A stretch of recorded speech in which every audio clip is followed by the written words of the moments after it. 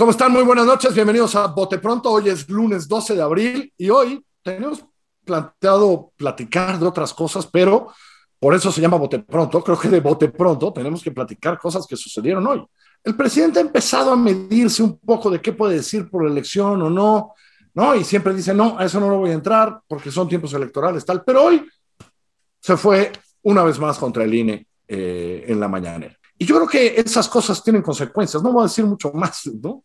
¿Y qué pasa? Hoy Félix Salgado Macedonio, en este plantón casi permanente que ha tenido entre el instituto y el tribunal, está con la gente y de repente se le sale decir que si la gente que está ahí sabe dónde vive Lorenzo Córdoba y cómo es la casa de Lorenzo Córdoba y que si en esa casa hay goteras o no, que porque la gente en Guerrero está pobre, pero mencionó, ¿ustedes saben dónde vive Lorenzo Córdoba?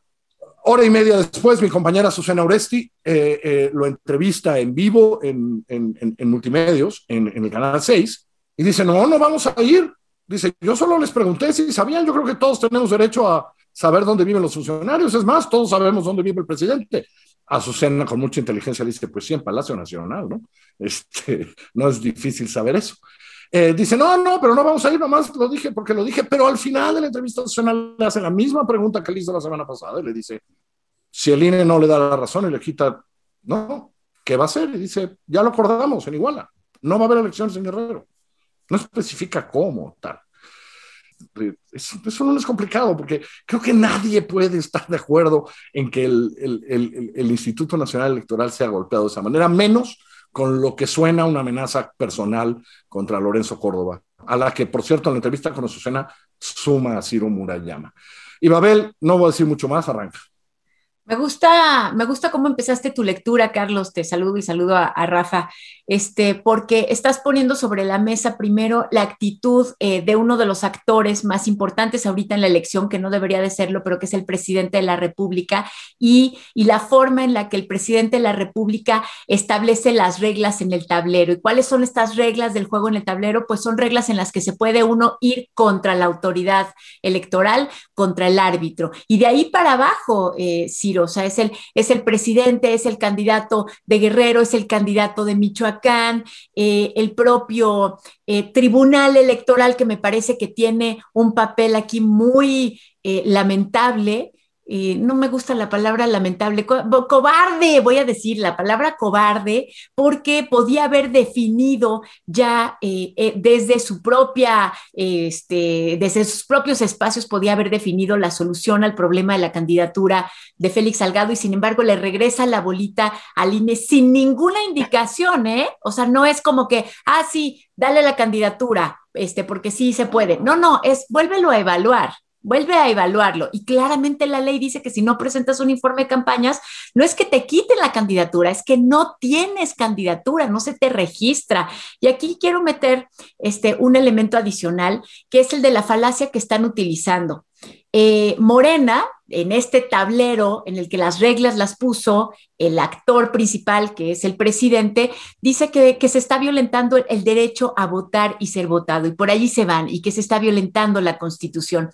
Me gustaría preguntarte, Carlos, Rafa, si a ustedes les parecería que se está violentando su derecho de movilidad, por ejemplo, si no les entregan la licencia en la Ciudad de México porque no han pagado, que es uno de los requisitos. Oye, pero yo tengo derecho a moverme. Sí, pero no pagaste. Pero oye, pero del derecho a moverme está en la Constitución y eso de pagar está en un reglamento.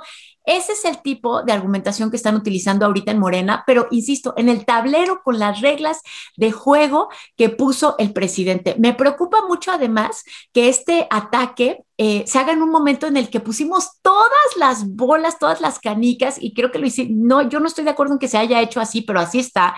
El INE es el responsable de la elección en 14 estados más, no solamente en Guerrero. Entonces, atacar al INE, que no es solamente a dos consejeros, es al Instituto Nacional Electoral, pone en riesgo también las elecciones en otras 14 entidades y, por supuesto, en los espacios legislativos federales. ¿Te imaginas? Porque además han dicho, bueno, pues que Sí, sí, desaparezca sí. el INE. Subimos un nivel, ¿no? Hoy. Me parece, la verdad me parece que sí, porque Lo que tenemos son, creo yo, varias dimensiones. Primero que nada está la amenaza no tan velada de Salgado a la persona de Lorenzo Córdoba. Hago una pequeña precisión a lo que dijiste. Lo que él dijo, no les gustaría saber dónde vive Lorenzo Córdoba, que hay un matiz importante. Y todos dijeron que sí. Es decir, hay una amenaza, y hasta donde yo entiendo, las amenazas pueden ser tipificadas jurídicamente.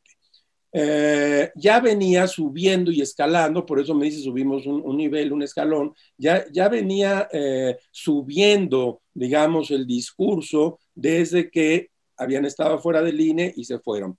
Y Babel hace un buen resumen.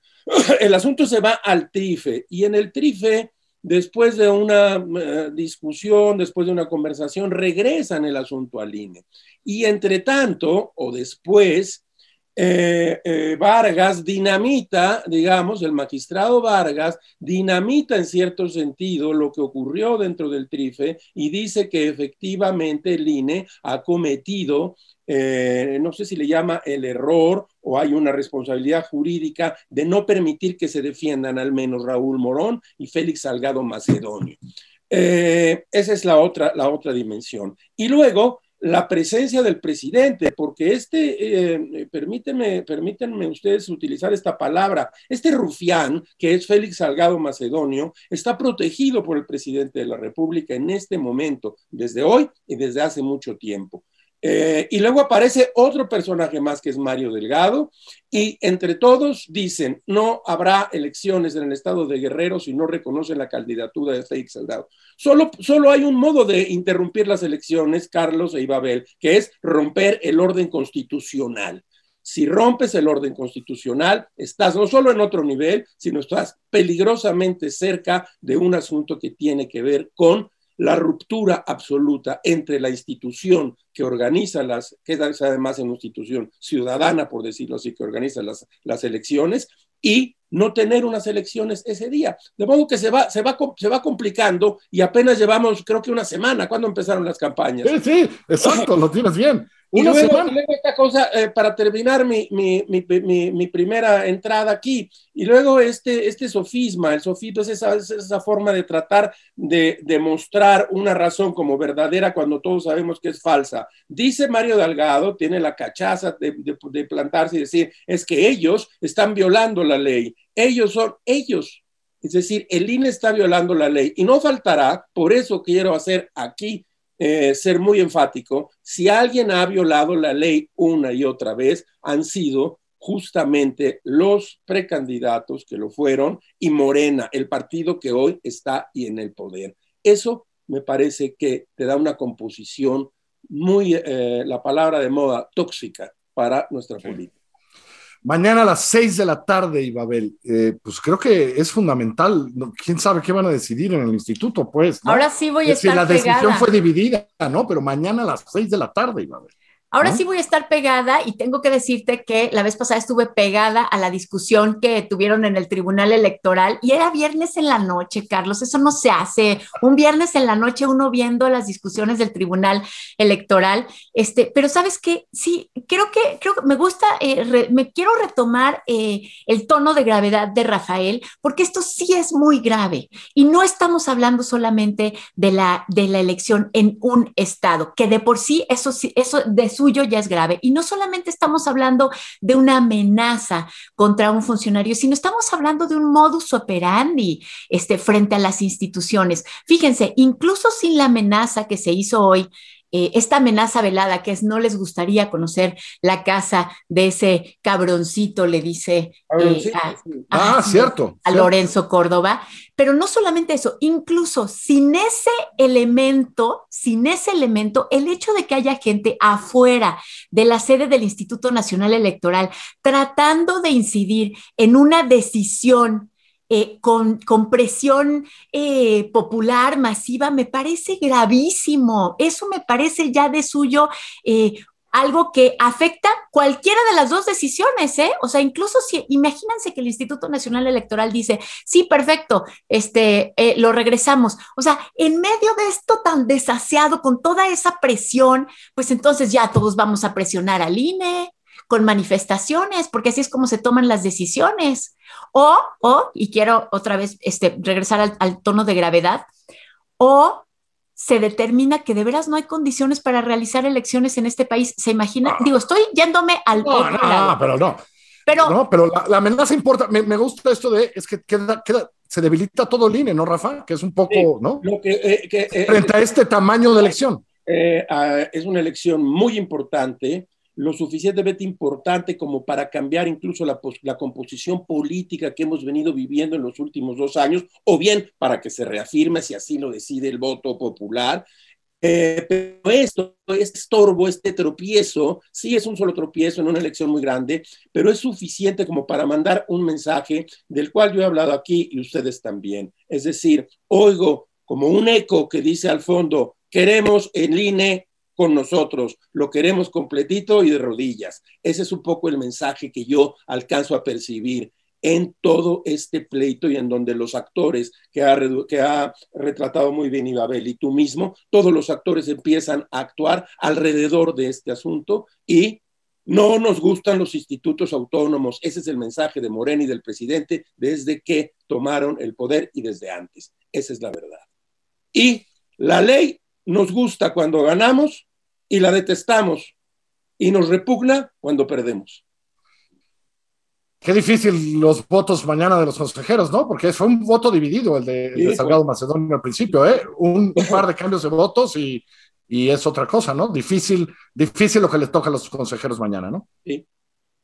Y a nosotros nos toca, yo creo que de este lado, o sea, ya que no somos Salgado Macedonio ni sus huestes protestando, o sea, mandar un mensaje, lo que se debe hacer, a ver, cuál fuera mañana la decisión del INE, la tenemos que respetar. Si le regresa la candidatura, es el INE el que lo está determinando. Si no se la regresa, se tiene que aceptar. Sí, el problema es las presiones en el Inter, las amenazas, etcétera, ¿no? Cada uno podemos criticar la primera decisión del INE y podemos opinar sobre la decisión del TRIF en el regreso y podremos opinar de esta del INE. Pero son las instituciones que nos hemos dado para decidir estas cosas así, no afuera del INE, creo, con el triste espectáculo de hoy y lo que dijo Félix Salgado Macedonio. En fin, en estas andamos y está empezando la elección, como bien dijo Rafa Pérez Gaya, al cual le mando un abrazo. Hasta allá. Un abrazo, Rafa. Carlos. Abrazo, Ibabel, gracias, muchas gracias. Adiós, gracias Carlos, a todos ustedes. Rafa. Muy buenas noches. Que les vaya muy bien.